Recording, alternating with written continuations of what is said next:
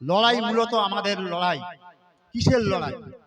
আমাদের লড়াই মূলত খেটে খাওয়া মানুষের পক্ষে, লুটে খাওয়া মানুষের বিরুদ্ধে আমাদের লড়াই। এই সংগ্রাম আমাদের চলছে, আগামী দিনে চলবে। আপনারা এই পর্যন্ত জানেন, যাদের বাড়ি টিভি মিডিয়া আছে আপনারা দেখেছেন যে দুই সরকার, একটা সরকার কেন্দ্রে বিজেপি সরকার, একটা সরকার রাজ্যের তৃণমূল সরকার, একটা নরেন্দ্র মোদী সরকার, একটা মমতা ব্যানার্জি সরকার। এই দুটো সরকার কি অপদার্থতার সাথে চলছে, কি জনবিরোধী নীতি তারা গ্রহণ করছে, তার বিরুদ্ধে দাঁড়িয়ে আমরা সেকুলার ফ্রন্টের পক্ষ থেকে আমাদের জয়নগর লোকসভা কেন্দ্রে আমাদের মেঘনাথ হালদার, তিনি আপনাদের কথা, দিল্লির মজনতে জনগণের কথা, সংগ্রামের কথা পৌঁছে দেওয়ার জন্য আমরা আজ এখানে উপস্থিত হয়েছি। আমাদের পক্ষ থেকে মেঘনাথ হালদারকে আমরা জয়যুক্ত করে দিল্লিতে পাঠাবো। তিনি আমাদের জয়নগরের সমস্ত আপামর জনগণের কথা তিনি তুলে ধরবেন। একটু অনুরোধ করে আপনাদের বলতে চাই, একটু মনোযোগ দিয়ে শুনবেন। আপনারা দেখেছেন যে এই যিনি দাঁড়িয়েছেন তৃণমূলের পক্ষ থেকে প্রতিমা মণ্ডল, তিনি 14 সালে দাঁড়িয়ে জিতেছেন 19 সাল পর্যন্ত। আমরা তার একবারও টিকি দেখতে পেয়েছি। জনগণের কথা দিল্লির বুকে তুলেছে না? বন্ধু, তুলেনি। 19 থেকে 24 তিনি এখনো সাংসদ। তিনি আমাদের জন্য কি করেছে, আমাদের কথা কি বলেছে, আমাদের ভাবতে বলবো। আমার মাইকের আওয়াজ যতদূর যাচ্ছে তাদের কাছে ভাবতে বলবো। সেই আওয়াজ যাওয়া পর্যন্ত যদি কোনো তৃণমূলের বন্ধুরা থাকে তাদের কাছে অনুরোধ করব, আপনারা তৃণমূলের চামচাগিরি করবেন না, জনগণের প্রতিনিধিত্ব করুন, জনগণের কথা বলুন, জনগণের স্বার্থের কথা বলুন, আমাদের কথা বলুন যে দিল্লির বুকে কি হচ্ছে। প্রথম একটা কথা বলি, নরেন্দ্র মোদী 14 থেকে 19 তিনি একটা জনবিরোধী কোনো আইন, কোনো বিল লোকসভায় পাশ করতে পারেননি। কেন পারেনি?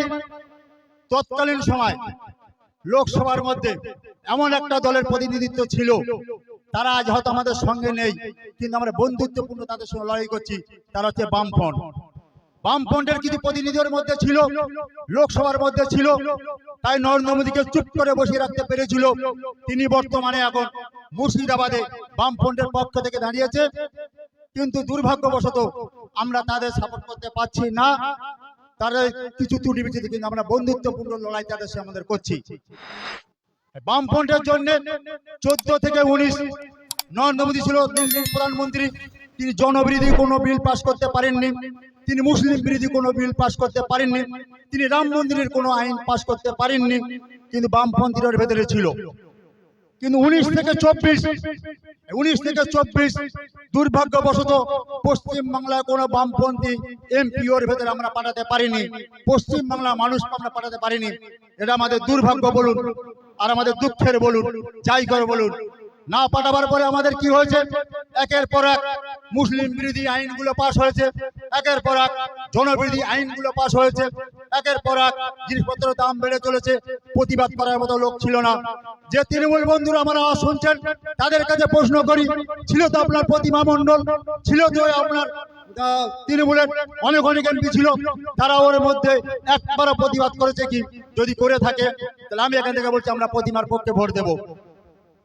আর যদি না করে থাকে, আসুন আপনারা প্রতিমা মণ্ডলকে ভোট দেবেন আমাদের সঙ্গে, কাঁধে কাঁধ মিলিয়ে এবারের মতো আমরা মেঘনাথ হালদারকে জয়নগর লোকসভা থেকে দিল্লির বুকে আমাদের প্রতিনিধিত্ব করে আমরা পাঠাই। আসুন সবাই মিলে এই শপথ বাক্য নেই। সাথে সাথে আমাদের পশ্চিম বাংলার যে তৃণমূল সরকার এখানে আছে, আপনারা দেখেছেন চোর ডাকাত, এরা কি না চুরি করেছে, বালি চোর, পাথর চোর, চাকরি চোর, সমস্ত কিছু চোর।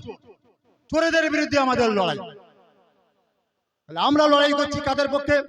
জনগণের পক্ষে। যে শিক্ষিত ছেলেমেয়েরা বেকার, যে ছেলেমেয়েরা চাকরি পাওয়ার জন্য আজকের 200-250 দিন, তারা, আমার অত হিসাবটা ভুল, তবু আরো বলি আরো বেশি দিন তারা বসে আছে কলকাতার বুকে, যারা চাকরি পাওয়ার, যারা চাকরিটা করার তারা। আর যারা চাকরি পাওয়ার নয়, যারা চাকরির যোগ্যতা নেই, তৃণমূলের দালালি করে, তৃণমূলকে ঘুষ দিয়ে, কোটি কোটি টাকা ঘুষ দিয়ে তারা সেই চাকরিগুলো নিয়ে বসে আছে। তারা চাকরি নিয়ে বসে আছে, আমাদের কোনো অসুবিধা ছিল না। কেননা যদি অযোগ্য লোকের স্কুলে মাস্টার হয়, তাহলে আমাদের ঘরের ছেলে মেয়েরা আগামী দিনে কি তার যোগ্যতা অর্জন করবে না অযোগ্য হবে? এই জায়গায় আমাদের প্রতিবাদ।